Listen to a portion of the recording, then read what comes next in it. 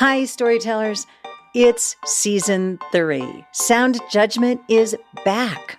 I've missed talking to you and bringing you into the studios of today's most interesting audio storytellers. I began talking with this season's wild and wonderful lineup of guests and realized in one way or another, they're all exploring how much we trust each other, how much we can trust each other, and how we dare to tell stories about the things we usually keep under cover. This season's guests are all pushing the boundaries of what we as journalists reveal. They're using all of the narrative tools at our disposal to make gripping stories about often ordinary things, the things that affect all of us, like sex, death, money, class, beauty, attraction, and power. These creators are stretching their own comfort zones and ours as they figure out how much or how little to share of their innermost thoughts and feelings. I was just like, you know what, let's just have a space where we can just say what we're actually thinking, you know, even if it is embarrassing, offensive. Like, there are a lot of things that I say in the show where I'd be like, can I really say this? You know, can I say this publicly?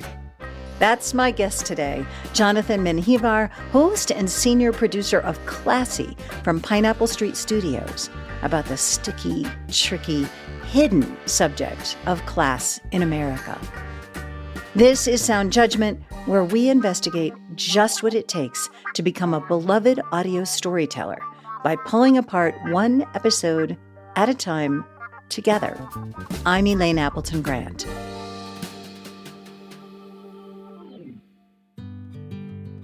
Storytellers, did you know that Sound Judgment is also a free newsletter? Every 2 weeks, get storytelling, hosting, and journalism strategies taken straight from the on-the-ground experiences of today's best audio makers, no matter the genre. Newsletters feature examples for you to try in your studio, essays on the challenges and the rewards of this craft, and news about fellow audio creatives making the kind of work we all aspire to. Sign up free at soundjudgmentpodcast.com.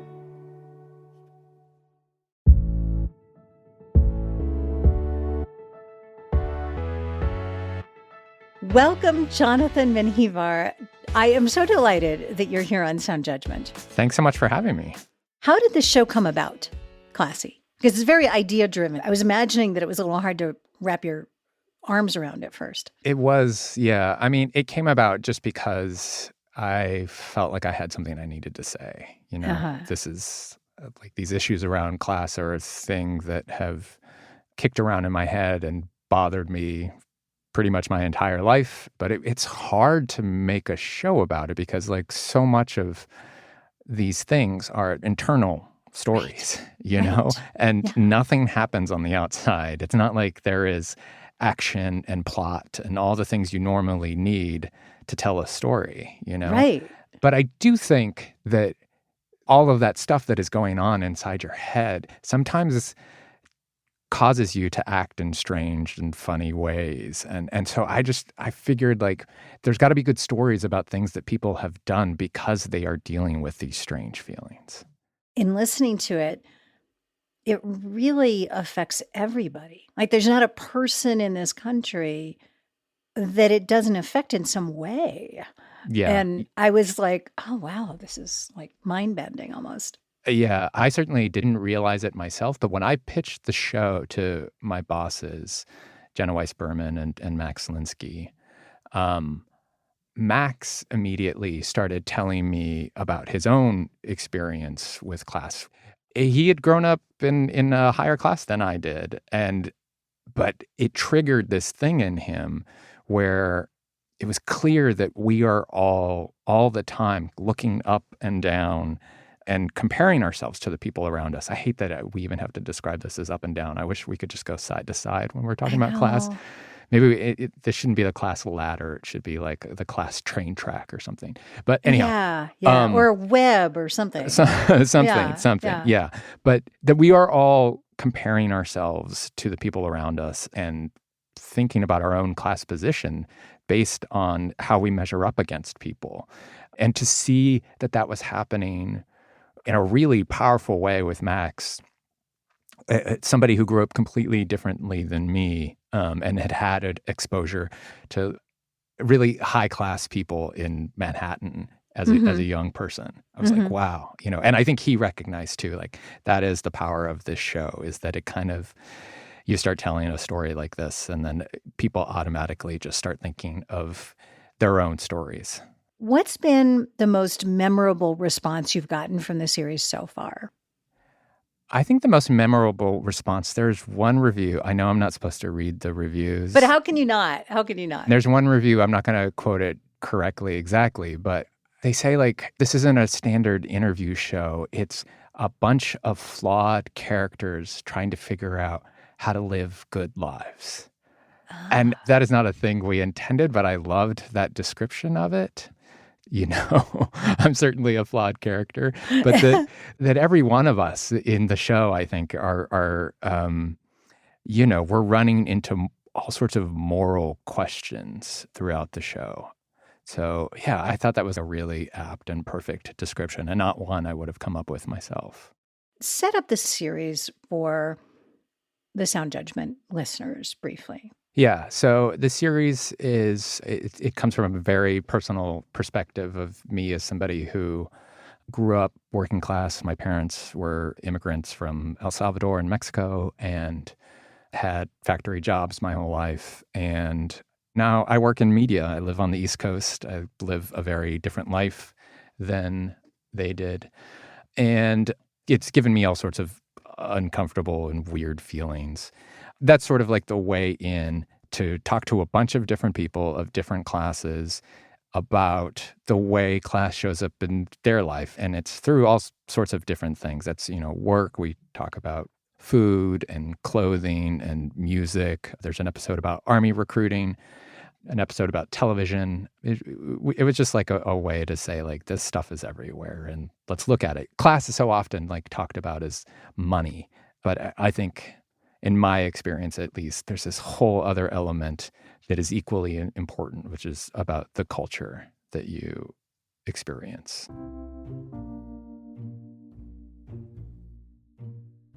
Whenever I invite a guest on Sound Judgment, I ask them to share an episode of their show that either they loved making or they found very challenging. Sometimes this is one and the same. Mm-hmm. You offered up the very first episode in the series, which is called Are Rich People Bad? And you chose to talk about it today because it does a lot of work to set up the series for the audience, which it does. But the other thing was that you said, it's also one where I feel like we as a staff really found the voice of the show, both in the interviews and in some of the writing I did. Storytellers, I want to give you a taste of this first episode. Jonathan, you share your background in a way that's so specific and evocative that I feel like I am right there with you as a little kid getting up off of two different couches. So take a listen to this. I don't remember my parents together. The only evidence that it happened are a couple of photos. And me, I guess. The memories start with Soul Train. If I was at home with my mom on a Saturday morning, Soul Train was on. Watching everyone on screen dance felt like our own personal disco. I loved it. The minute the host came on, my mom would pull me off the couch and force me to dance with her. And now, here's your host, Don Cornelius. Hello and welcome aboard. You're right on time for another ride on the big train. If I was with my dad on a Saturday morning, he'd pull me off the couch when Soul Train came on. And now, here's your host, Don Cornelius. Hello and welcome aboard. You're right on time for another ride on the big train. We'll be coming right. My dad, Carlos, lived in a crappy little apartment complex in Whittier, California, just outside of LA. His place had green shag carpeting, pictures of lions and tigers on the walls, and he put them in these homemade wooden frames that he'd singed on the stove. My dad didn't make a lot of money, so all the decor was kind of DIY in that way. Instead of a big screen TV, he had this way he could make his small TV look bigger. I bought it's a big lens I would put in front of the TV so it would project a bigger picture. You've been writing scripts for a long time. You produced for Terry Gross on Fresh Air and Ira Glass at This American Life. Talk to me about why you start this episode with those two scenes, the short one with your mom and then this longer, more, really specifically descriptive one with your dad. I think it feels like real crazy now as I explain it to be like, okay, in order to tell you about this, I got to take you back to the very, very beginning. But, talking about like not remembering my parents being together, it was just like a shorthand way of explaining, look, this is the world I come from, It's a place where people were working hard, people got married young. Sometimes that didn't work out, And also, I hope, without me saying too much, that tells you a lot about my life. Just like my parents were divorced before I can even remember, I'm not even going to go into details now, but that is like a pill that you can take that's going to tell you a whole bunch of things. And I also, too, like it was very important to me and at least one of our other producers on the show, Kristen Torres, that if we were going to be talking about poor people, about working class people on this show, that they be presented with life and joy and celebration and laughter. So often when class is talked about in media, it is through a lens of look at these people suffering. Totally understandable why that's true, because there are a lot of people suffering. That's where drama and tension lies. If you're in the news business, that's the stories you're going to tell. But it was really important to me that we set this up to say, like, these are people who have fun, full lives. And I was really struck by the fact that, in the first minute or two of the whole series, that the sort of joy comes through. That was fun. Yeah. And it sounded like it was fun in both places. And there was a shared culture. I mean, they both loved the same show, the same DJ. Yeah. And it was clear that you are presenting both of them with love. And that was really nice because of what you just said, right? A series about class in America could have been like deadly. And it seemed to me like you wanted to set it up not just about love and joy from the beginning and all the messiness of it, but also that this was going to be entertaining. For sure. Yes, definitely. Yeah. We're going to be exploring class, but don't worry, it's not a class on class. Last season, I interviewed Julia Barton, the executive editor of Pushkin Industries, about Pushkin's first annual anthology of the best audio storytelling of the year. When I asked her what she thinks the best stories share in common, what it is that actually makes them the best, she said this. You got to leave a hole for the listener to do some work, to fill in, to want to know things. That concept has stuck in my mind ever since. The idea that if, as a writer, we do the work well, the listener will mull over an idea or a scene or a character. They'll be transported into something from their own lives. Much the way Jonathan said, the minute he pitched Classy to his bosses, they got that this series would make you recall your own experiences and feelings about class. That happened to me. And I wanted to understand better how Jonathan sees his role as a producer, why it matters that as storytellers, we summon the courage or the chutzpah to ask deeply personal questions of just about anybody. I think I mentioned that, by halfway through the first episode, I was uncomfortable and I couldn't stop listening. And I kept thinking about this one time when I was like shopping for my prom dress, which was polyester. And I bought some costume jewelry. And my parents got really mad and they made me take it back because, it was a little bit more expensive than, I don't know, other stuff that I'd had. And they accused me of trying to keep up with the Joneses. Right.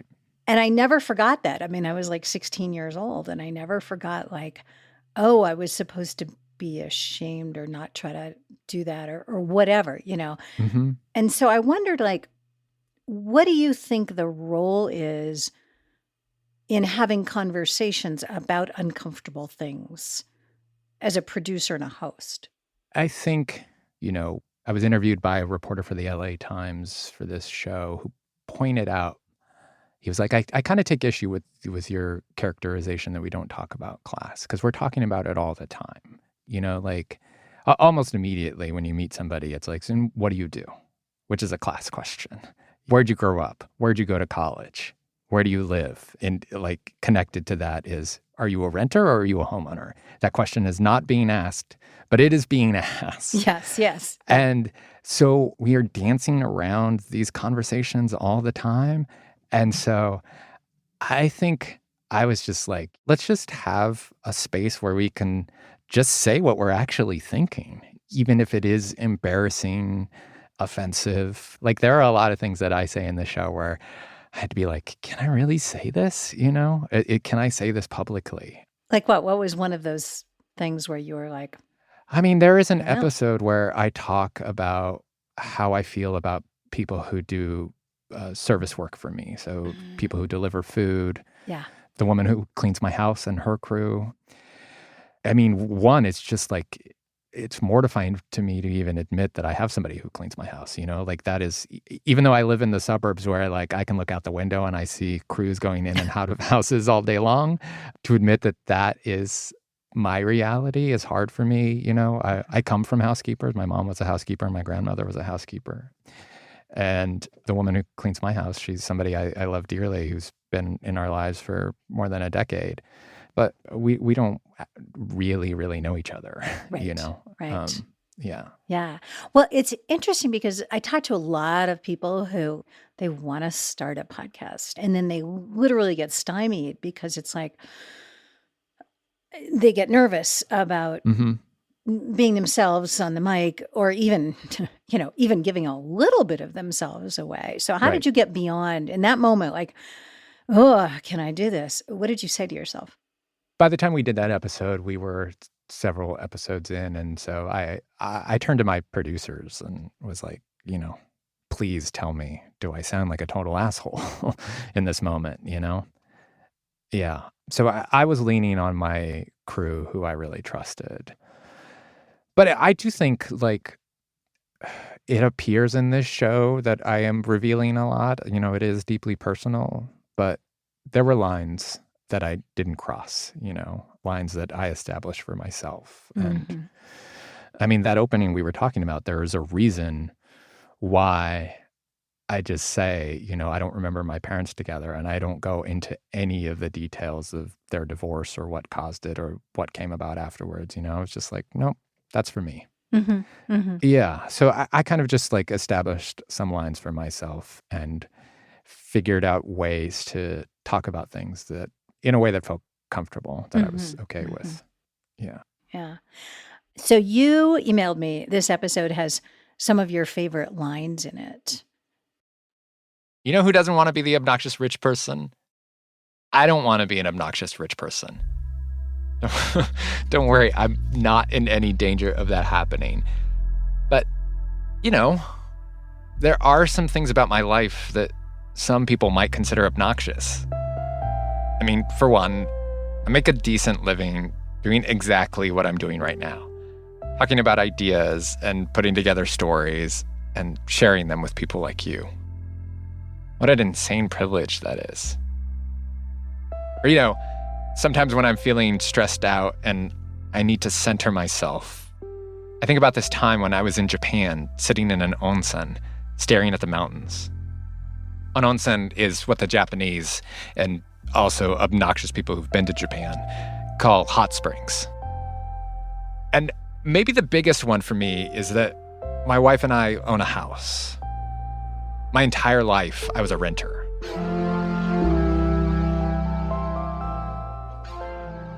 Yeah, that was like some writing I did late one night where I felt like it is confessional. I am revealing things. In that episode, we are talking all about the ways in which we try and position ourselves and tell our class story to feel morally better or morally okay. And then when I wrote the onsen line, I was just like, yes, I'm the mark here, like I'm the one who is first going to put my head on the chopping block. When the jokes come, they're going to be at my expense first. Mm-hmm. And I felt like it then like set the tone for the show. Like, look, I'm willing to look really stupid, you know? And so like everybody else here should feel comfortable knowing, you know, that if I'm going to criticize anyone in this, it's going to be me first. I wanted to go back to something unusual Jonathan mentioned.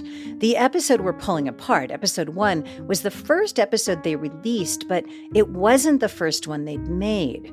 And what he'd said was that this episode was the one where he and his staff found the collective voice of the show.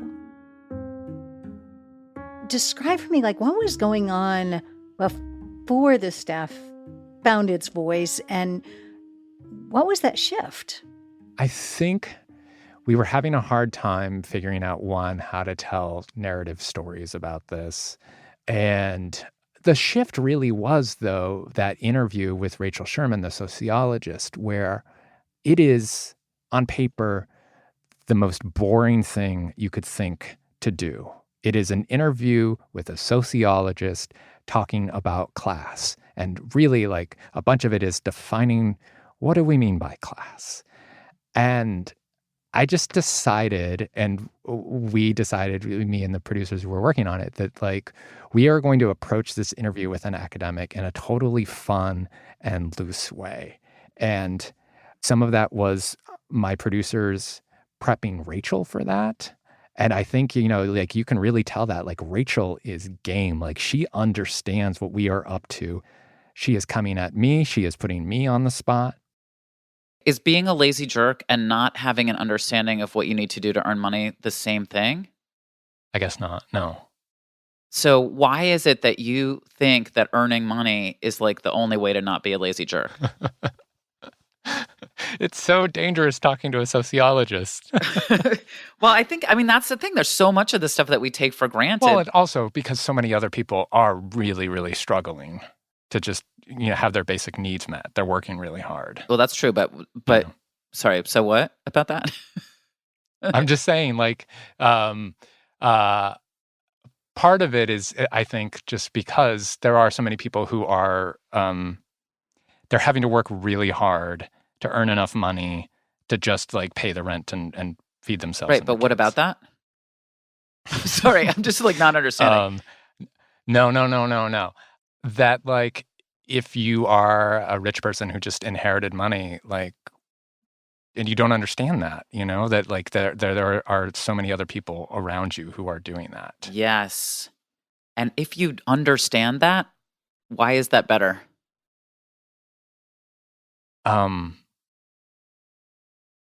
Just because you should be, like, interested in other people's situations and empathetic. And if that's the case, does it mean it's okay for you to have the $3 billion? Oh, God.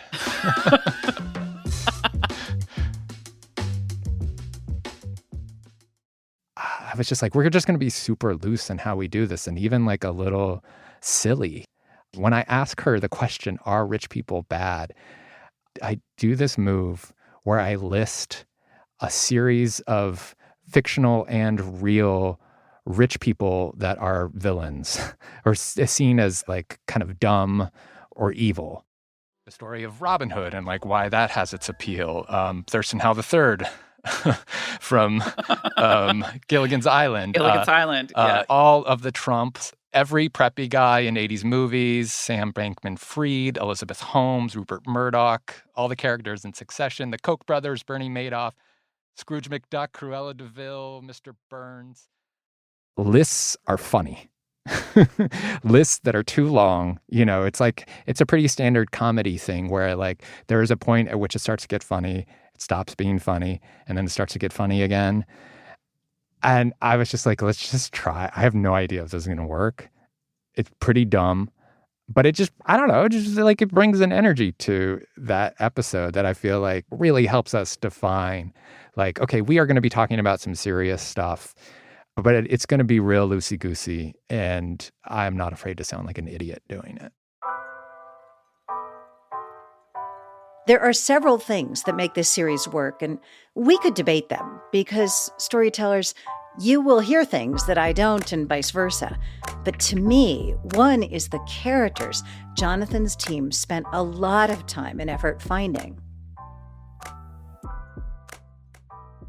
Let me play a clip from one of my favorite characters. So this is an Army recruit, basically a high school kid. And his first name is Knowledge, which I kind of love.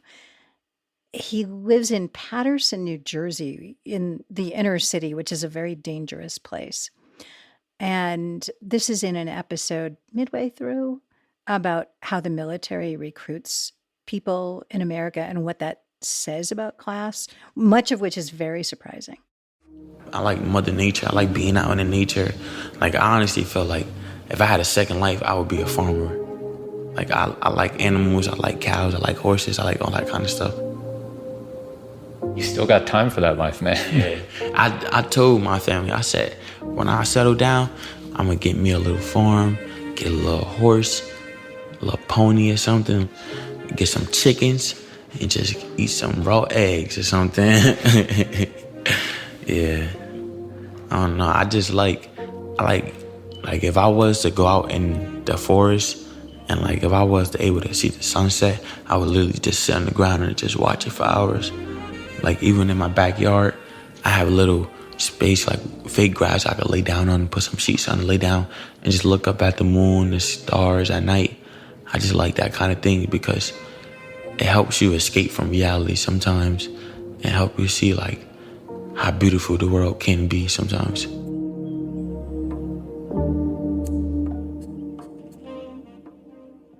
That is so gorgeous. I know. Knowledge is just incredible. Oh my God. I love him so much. You didn't have to go there with him. You could have simply stayed with questions that a lot of journalists would ask about, like, why are you joining the military? And, how hard has it been to get in? And what do you want to do after? But you went someplace very different. So what was that conversation like that made him tell you about basically his sort of innermost dreams? Yeah. I knew going in that where he lived was violent. Yeah. And that he saw the Army as a way out of that neighborhood. And so the question that I asked him was just, what's it like living in Paterson? Just tell me about it. I didn't want to front load the violence. I was just like, let's just start from zero. Like, what is this? And immediately what he told me was that there are basically like hours where it is safe to be outside and hours where it is not. And that essentially he's trapped in his house often.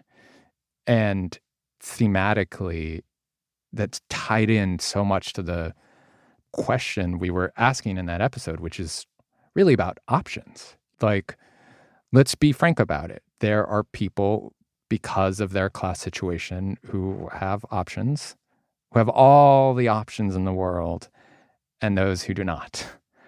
And I think ultimately that's what we're saying with that story. Like, knowledge is so beautiful in describing what he wants in life, but it's also very simple. It's just being outside. Yeah. He just wants to be outside, He wants freedom to move. But like, I wish I could tell you, like, I had all these tricks, to get him to talk like that. And the truth is, it's just like Knowledge is a special kid who is smart and I think really understood what I was doing there. We were there pretty quickly in the interview. We talked to at least 30 people searching for the right character for this role in the story. We did a lot of producing to find the right person. And I will say we're very scared at one point that we weren't going to get that person in terms of like deadlines and stuff. So much of it is in the curation. And that's so interesting. You talked to 30 people, which, you were fortunate enough to have the time and space and the staff to do that. Well, actually, I this show we were doing relatively fast. And when I say we talked to 30 people, Marina and I talked to 30 people at an Army recruiting event in one morning. And, it was just clear like, okay, these 6 people, call them. because they're the ones who are standing out. Yeah, so that wasn't like a months and months casting process for this person. Do you think of yourself as someone who likes having uncomfortable conversations? Absolutely not. No way. No way. I mean, yeah, I have no idea why I signed up to have them. I mean, I do like having authentic conversations. I'm not somebody who just wants to sit and chit chat about the weather, I'm willing, if we meet at a party within the first 5 minutes to be talking about really deep stuff. Just because I don't know, I like connecting with people and talking about real things in a real way. But that being said, if you meet me at a party, please do not start asking me deep, uncomfortable questions right away.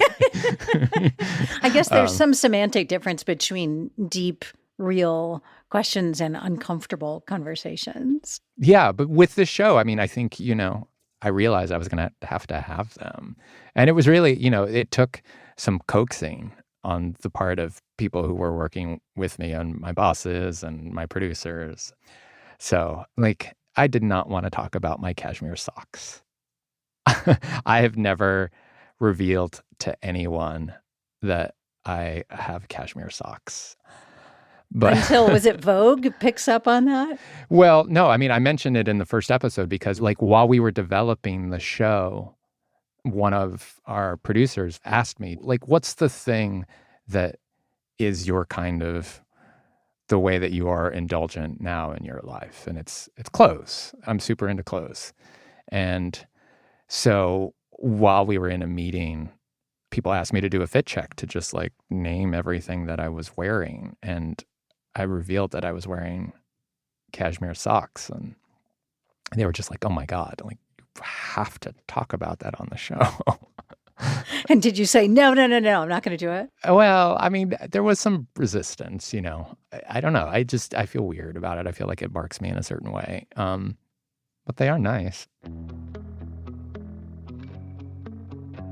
I was struck by Jonathan's delivery. It really is what he sounds like. Pretty chill, lots of you knows and likes, a certain hesitancy, as if he wants to offer you and himself the benefit of the doubt. It's his first time hosting a series after years of producing at Fresh Air and This American Life. You sound very natural on the mic, and yet it can be really difficult to sound so natural and you're really talking to somebody when you're doing voiceover and not just in conversation as a reporter with somebody. We get used to that. Mm-hmm. Did you run into any challenges with this? I think it was fine. I mean, I have many years of experience as a reporter, but it's more the years of experience as a producer, where I have worked with a lot of people in my career who are not radio or podcast people. I've worked with a lot of print reporters. And so I've spent a lot of time translating people to the medium. I of course, I was I was trained at This American Life on how to do this. And I certainly do on the mic I sound like one of the This American Life people. Sorry. You do? But I think it's that work of being a producer, of helping people write scripts in a way that isn't that there's not too much information, that things are delivered casually, and then directing people, and that training is in my head, So then I just had to do it to myself. But I had producers who were directing me as well. What do you say? I mean, you said it yourself. You sound like a This American Life guy. Yeah. Which works for you because it sounds so natural. But there are lots of people out there who are trying to sound like Ira Glass, and that criticism has been flying around for years. Is that a valid criticism of a lot of beginning hosts out there?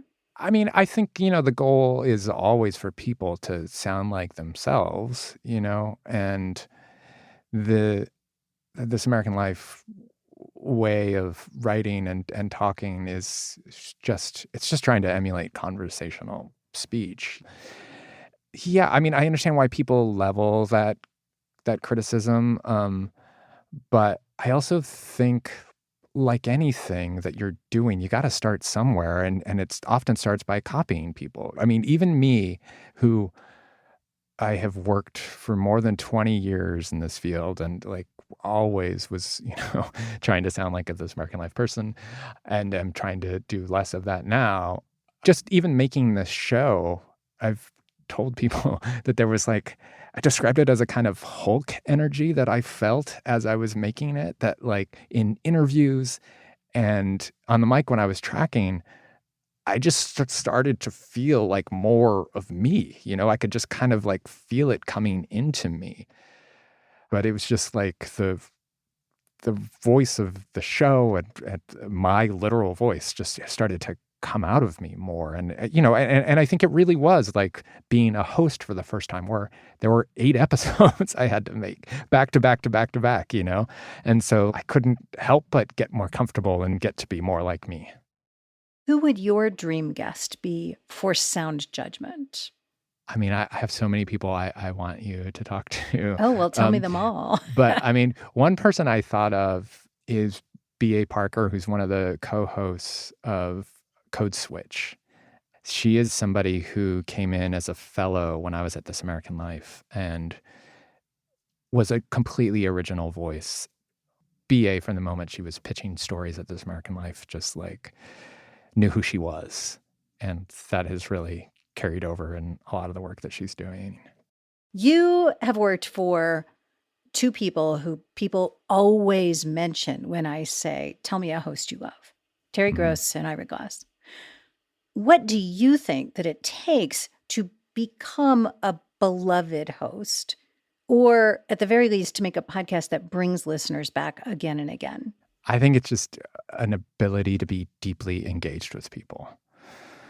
I think it is so hard in an interview to, when you're thinking about what the person is saying and wondering like, is this good tape or not? And also thinking about your next question, to actually be present and listening to what the person is saying and then figuring out how you can open the next door, That's what Terry and Ira have, and why they get people to say things that are completely surprising and deep, and sometimes even revelations to the people themselves.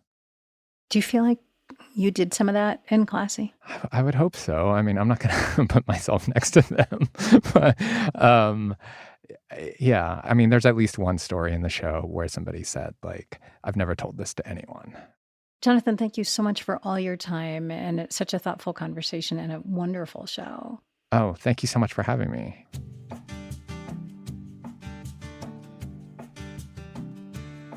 At the end of every episode, I give you a few of the many takeaways from these conversations. Here are today's. For more, visit our blog on soundjudgmentpodcast.com. 1.